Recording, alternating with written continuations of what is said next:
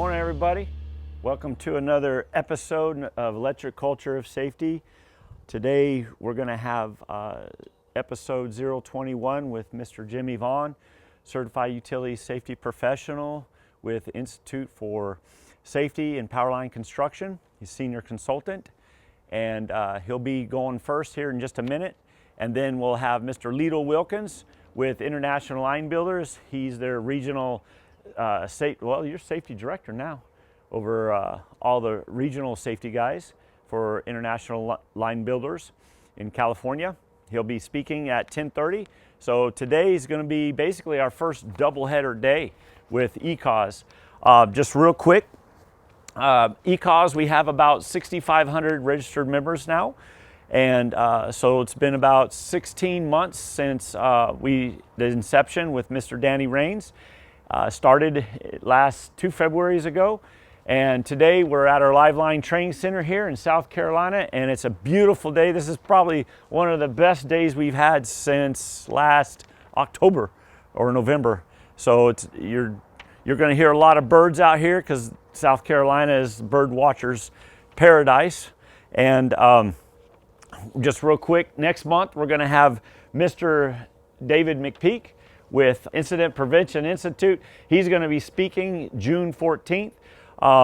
He'll be here and speaking, and he's going to be talking about the art of safety. Mr. Jimmy Vaughn, I met him about a couple of years ago. I met him at the IP conference, and he's one of the folks that when I met with him, I spoke to him about the idea of having Linemen Safety National webinars, and he thought it was a wonderful idea.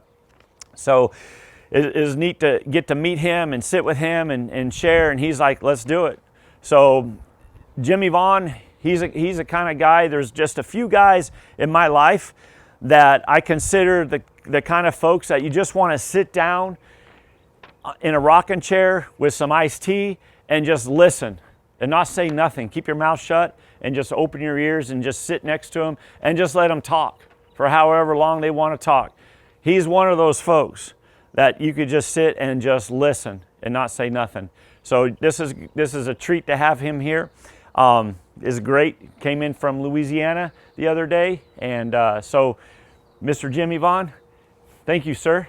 Okay, and thank you. And the only reason why I know so much is I've been a lineman for 50 years, and I've burned down just about everything you can burn down, and you learn a lot the hard way. So we're trying to be a little bit more sophisticated about that. And so now I've spent the last 2 decades as a consultant, for the industry.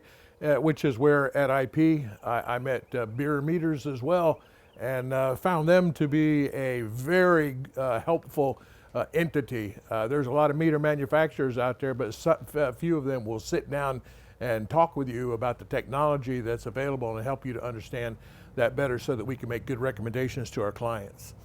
We're going to be talking today about the idea of demonstration.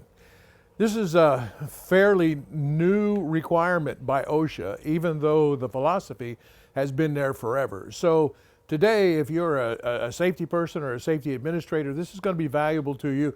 And then at the end, I'm also going to show you about some of those demonstrations that are electrical in nature that you can do using the products that Beer Meters sells. And I'm also going to show you an instance of repurposing a beer meter that solved a problem in trying to identify and to demonstrate that an underground grid system in a substation was effective. So we'll get to all that pretty soon.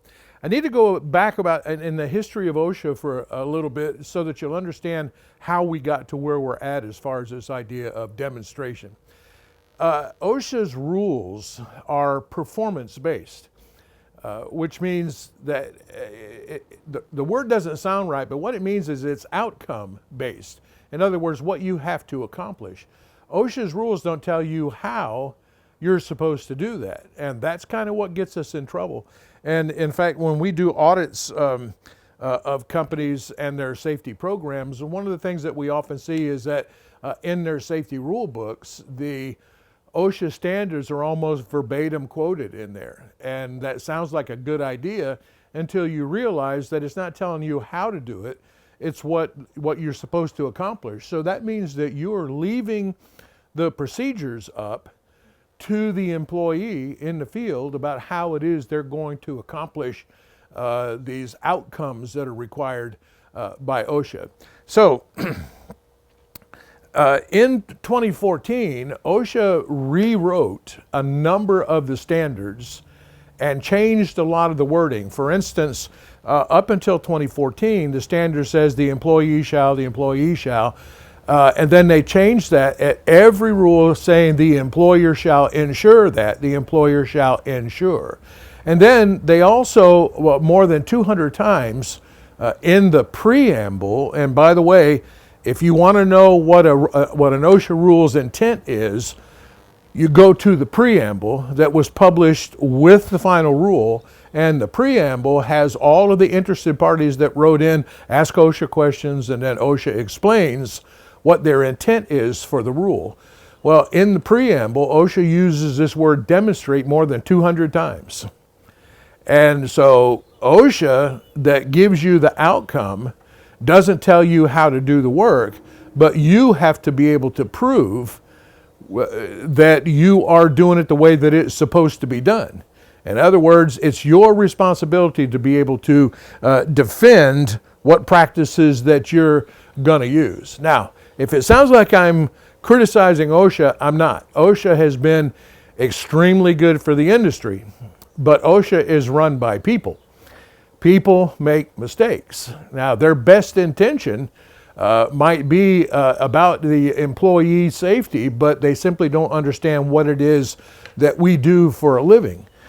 And that's the reason why we encourage, and our company works, I work as an expert witness on probably a dozen or more OSHA cases a year as an expert witness, helping an employer or attorneys or in a civil case, helping them to develop their defense strategy and doing that. And that's what brought up this idea of demonstrate, because of some of the things that I have heard by OSHA. And by the way, when OSHA comes and they find something wrong and they cite the employer for a violation, we encourage every employer to contest those citations. Now, the reason is because OSHA makes mistakes. And if we just randomly accept whatever OSHA says, whenever they make a citation, if they are wrong in their premise for the citation, that becomes part of the administration of the OSHA law. It sets a precedent. So if we contest these OSHA actions, it simply puts it through the court system, through the judges, through the lawyers, so that everybody can have an opportunity to have a legitimate discussion of what the rule was, what the employer did, and if the employer made a mistake, then the legal system will say the employer made a mistake and he has to follow through with what OSHA says. But if OSHA makes the mistake, then we haven't set a precedent somewhere that later on is going to be a problem. And that's one of the things that I'm going to talk about today. So how do we know what we're supposed to do? If the OSHA standard only tells us what the outcome is, well, we have long had a process where we use the consensus standards to create effective compliance. So OSHA has the outcome. In other words, for instance, in grounding, it says that ground shall be arranged to ensure that employees are not exposed to difference in potential. Well, that sounds good, but what does that mean? How do you do that? How do you accomplish that? OSHA doesn't tell you.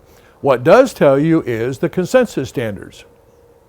So the consensus standards are created by us in the industry. Interested stakeholders get on these committees. They're invited to participate on the committees. They don't get paid. As a matter of fact, I have to pay to be on most of these committees. I have to pay for the privilege to be on the committees that I sit on. But what happens is we'll have 150 experts that will debate a question, and we'll spend a year or so exchanging information and practices and principles, and we'll come to a consensus, which is essentially a best practice. So if you want to know how you should be grounding, then you go to the IEEE consensus standard. If you want to know the best way to string transmission conductors, then you go to the IEEE consensus standard. If you want to know about the best way to administer PPE, you go to the ANSI standards. And this is important because OSHA also uses these consensus standards to make sure that what you're doing is defensible. So the consensus standards become very important. Now, OSHA changed the idea of the consensus standards in 2014. The problem with consensus standards is that they will update every year or two. And in the OSHA standard, OSHA adopts a standard, they have to put the date or revision date of the standard.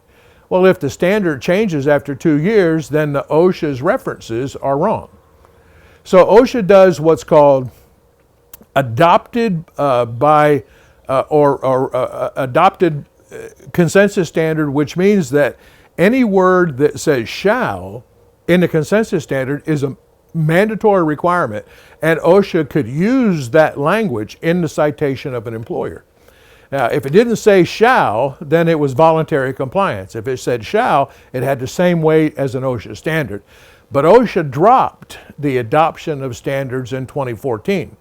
Now, a lot of people don't know this. It's actually in our benefit to do that. Well, when they dropped the adoption, they include it now as reference standards that the employer can use in order to comply with the standard. But and if you comply with a shall rule in the standards, OSHA will consider you as being in compliance unless they don't.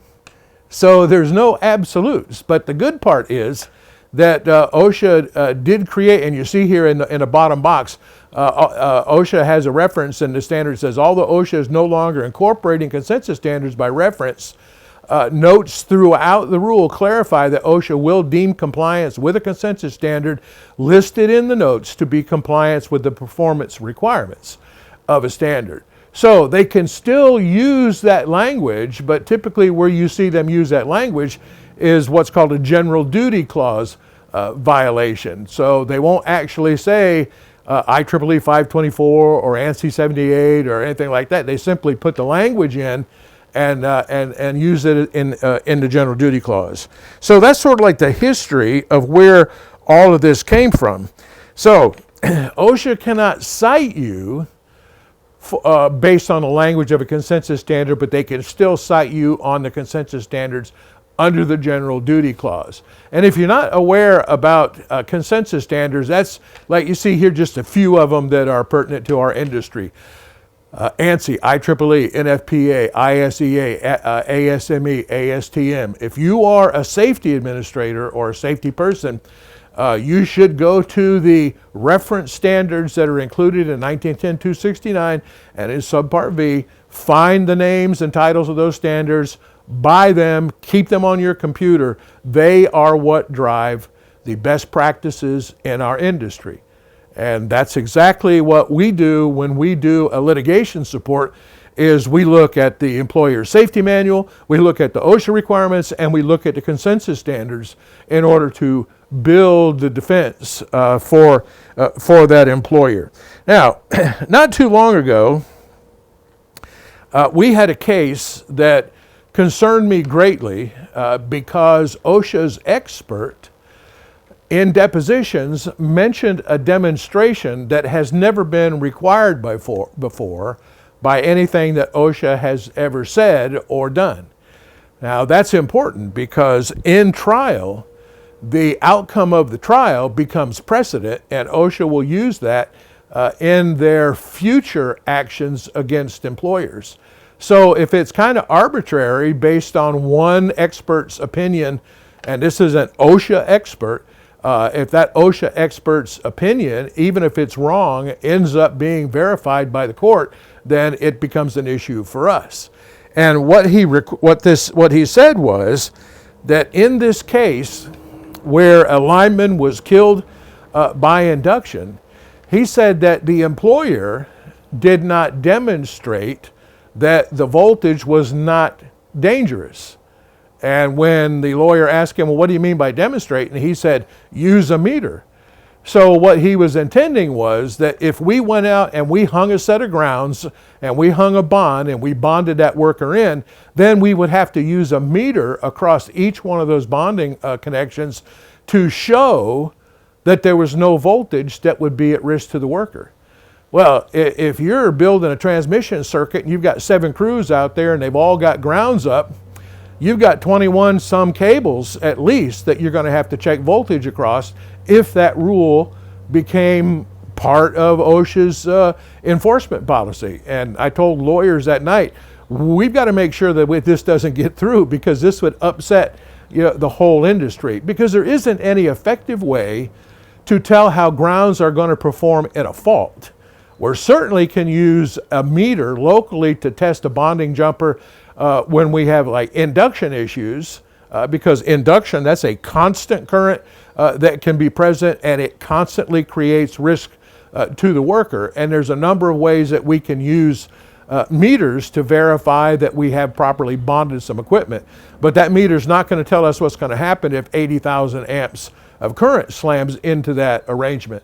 What makes that arrangement work is our discipline in cleaning the conductor, cleaning the clamps, having a short, properly sized cable, properly connected, because it's a principle of performance that's going to improve or make sure that that employee isn't injured if it goes wrong. So you see, this is right from the trial record. Here's what OSHA said.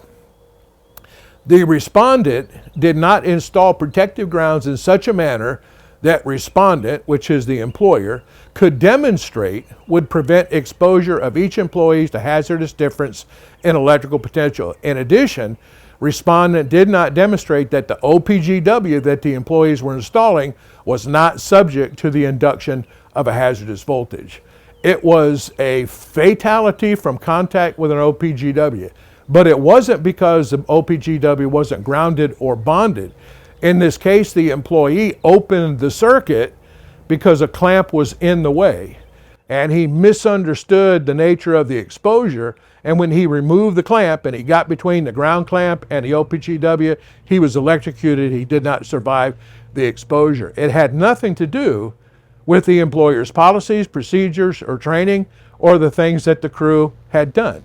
It was simply a mistake on the employee's part that he could not possibly have survived in that case. So the more we know about what we're working with, the better we can protect ourselves.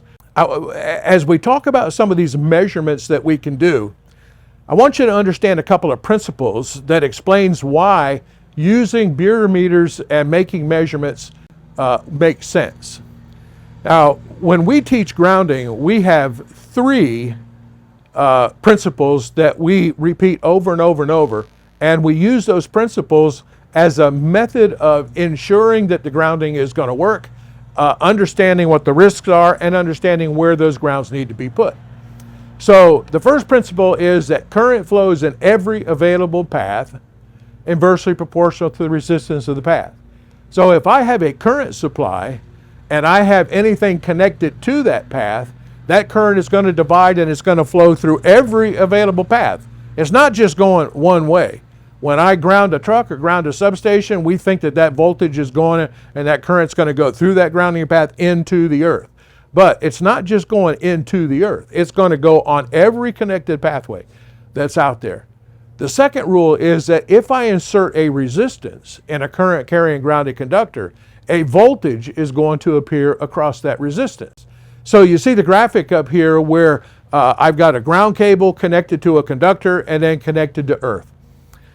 The only true zero voltage in our industry is the earth itself. Anything connected to the earth is going to have a voltage associated with it that's going to be above zero, and it's going to be proportional to the resistance of that pathway and the amount of current that flows through it. So you see here in the graphic, we have a pathway from a bus going to ground, and the meter shows that there's a very low voltage on it. That occurs every time current flows across our grounded pathway. In fact, this is not a grounding lesson, but when we put a bonding jumper up around the worker, that bonding jumper has resistance. When current flows through it, a voltage is going to develop across that bonding jumper, and that's the voltage that the lineman will sense or will be exposed to. So bonding that worker in keeps that voltage down to around 3, 4, 5, 8, 10 volts, well below the threshold of risk, which is rule number 3. When I put that bonding jumper up, if I keep the voltage below 50 volts, that voltage cannot break the resistance of my skin. If voltage can't break my skin, current can't flow, can't get hurt. So now it doesn't matter if it's 50 milliamps or 50 amps or 500 amps or 5,000 amps. If I keep that voltage below that threshold where it can't break the resistance of my skin, I can't be hurt. Now, back to the pathways. You see here a parallel pathway, and in the instance of let me back up to parallel pathways, is that they will all have a different voltage on them because they all have a different resistance and a different division of current, so they'll have a different voltage across them. So let's talk again about that MAC. Now this is a real common exposure to linemen in the overhead industry. Excuse me a second. In the overhead, if I'm going to cut a system neutral, everybody knows that if I cut that neutral, that a voltage will appear between those cut ends, and you've been told your whole career, and it's true, that voltage could possibly be as high as system voltage on a system neutral. Everybody knows that. So before we cut that conductor, we're going to MAC it out. In other words, we're going to put a conductor across that across that location. They're known as mechanical jumpers. The short word is MAC if you're from a region that doesn't use that. So I'm going to MAC it out. Well, there's two roles for the MAC. The first role is continuity of the circuit path. If I cut that neutral without MACing it out, then everybody downstream is going to blow up every electronic stuff in their houses because the voltage is going to become unstable. So that's part number one. The second one is the one that's important to us, because anytime that you have a difference in potential, the way you solve that is by MACing it out. So if I have two different potentials that rise to the level of risk, if I MAC it out, those potentials go to zero, and I'm no longer at risk. So that's the role of a MAC, and it's also the role of how we protect workers. And I'm going to show you a few examples of how meters can be used to test the effectiveness of your MACs or the effectiveness of your grounds. And in particular, in the substation environment, how you can use a voltmeter to determine whether or not the invisible grid under the substation is intact or not. We put a lot of faith and trust in the grid under the substation, but after 20 or 30 or 40 years, those grids start to deteriorate. And if that happens, the grid's not doing its job. So if I go out into a workplace inside of a substation and I ground and then I bond, and I think that I've made everything safe, if that grid is not intact, I may not have done that. So I'm going to look at a couple of examples where we can test to see. So in this first example, I find this configuration a lot of times when we do an audit, for a company's performance. So the ground on both sides of the breaker. If you take a meter, which can be any high quality meter with the right range, and if I take that meter and I put it between the case of that breaker and the bus, if I get a voltage reading, that means that the underground grid is defective. So it could be any place there's a connection. It could be even the cable itself deteriorating because of exposure in the earth. The little red dots show some of the connections. Any of those connections increases resistance. The distance of that pathway has a resistance to it. So the distance of that pathway from one structure across the ground to the other structure creates a voltage in the difference between those two exposures above ground in the substation. So if I'm on top of that breaker and I undo that lead and I reach up there and touch that bus, if that voltage is high enough to penetrate my skin, I'm going to be part of a circulating current pathway that's created by that parallel set of jumpers. And the only way that I'm going to know that is to meter it. And I can use something like the PD25, especially if we have induction available, because induction is a constant source of current. The same performance will happen if I inadvertently energize, But the induction is the one that creates the biggest problems for us. And the number of induction fatalities that we investigate, the majority of them are associated with substation incidents. But there's a better way to configure these conductors in this grounding arrangement. And that's like this. A single set of grounds, and our bonding jumper, our ground source, comes directly down to the equipment. And now I can visibly see all of the pathways that are available. And look what happened to our voltmeter. It dropped to 0. I'm no longer relying on the invisible pathways inside the substation. I can physically see what's there. And if my engineers say I need to have parallel 4-aughts, then I just use a parallel 4-aught to make that same connection.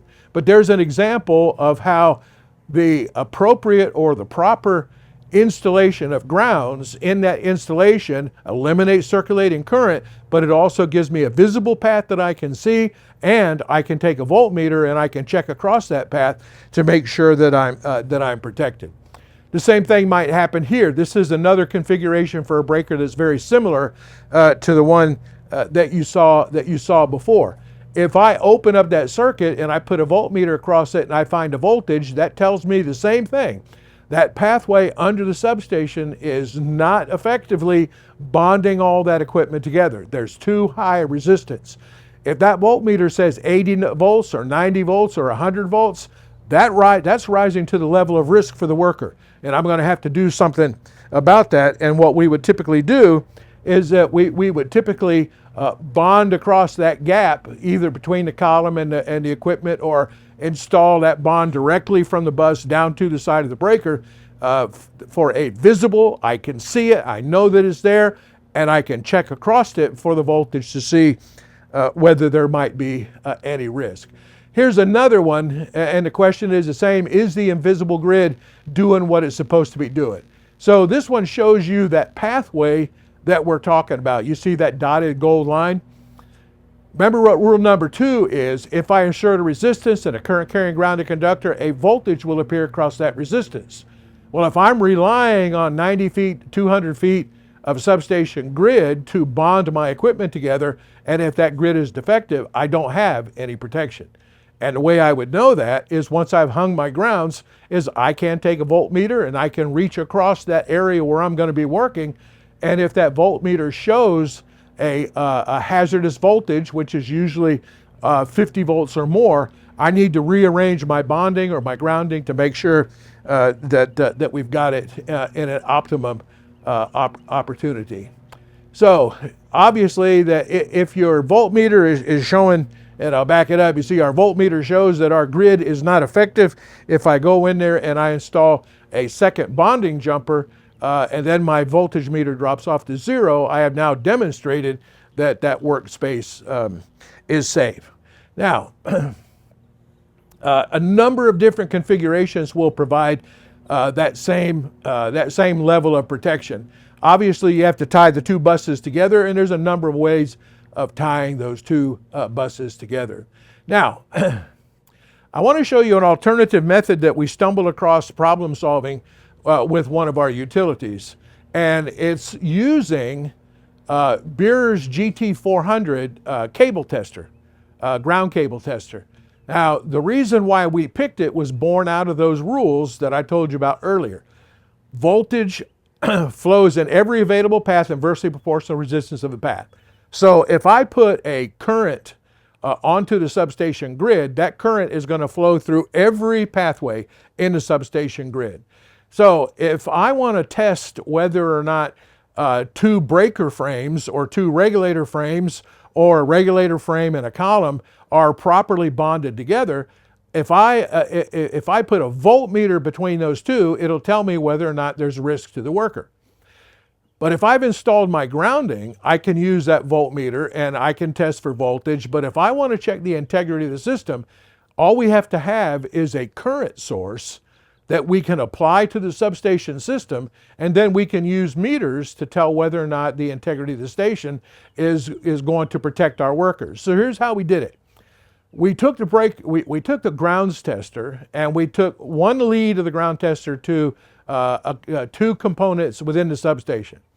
ramp up the voltage to 4 volts. Now, the grounds tester has a protection system built into it so that an open circuit voltage wouldn't allow you to ramp the current up. So there's very little risk associated with here. We still want to take the appropriate precautions once we're ramping voltage up onto a circuit off of the tester. But we start low voltage at 4 volts. That voltage is not high enough to rise to the level of risk. Can't penetrate my skin. The current being put out by the meter can't hurt me. That's why we limit it to 4 volts. So we ramp it up to 4 volts, and then we look at the current display that displays the actual current that's flowing across the test subject or from probe to probe. And then we divide the volts by that current, and then that tells us what the resistance is in that particular pathway. So in the case of our example here, I bring it up to 4 volts, I get 100 amps. I now know that the resistance between and across all the equipment in that pathway, that resistance is less than 0.4 ohms, which is a very, very, very good value, indicating that the grid is still there. So this is a couple of different ways that we connected that that current source that gave us several different ways to be able to test. So you see in the first one, we connected between the column and the breaker ground. So what that did was that put current on the underground system. And remember, current flows in every available path. So that current that was imposed on the system by the grounds tester goes through the whole grid, every pathway that's available. Well, I could easily tell what the resistance is between the 2 probes on the Beer meter, but I could also go over to 2 regulators that are side by side, or in this case, a breaker and a column where a worker could get between the 2. I put a voltmeter there, and if I have a low voltage, it's telling me that the grid under the station is still good. So check with your engineers about using a methodology like this, because we do refer to it as repurposing. And when I did this repurposing, I brought this information to Beer and said, hey, I did this, am I in trouble after I did it? And Beer took the time to go out and do some testing, got their chief engineers, the Beer family, took a look at the configuration and said, hey, that works. And they went out and tested it, and it worked. So it's another one of those things that you can do to help you to demonstrate for your satisfaction that these invisible older grids and substations are still working. So I want to thank Beer for hosting us and allowing us this opportunity to share with you some of the things that we've learned. If you have more questions, obviously you can look up Beer on the internet at their web location, or you can send me an email if you have a question, and I'll do what I can to answer you. And I'll also copy Beer, our friends there, so that they'll know what we have been done and what the results of this study was. So thank you again very much.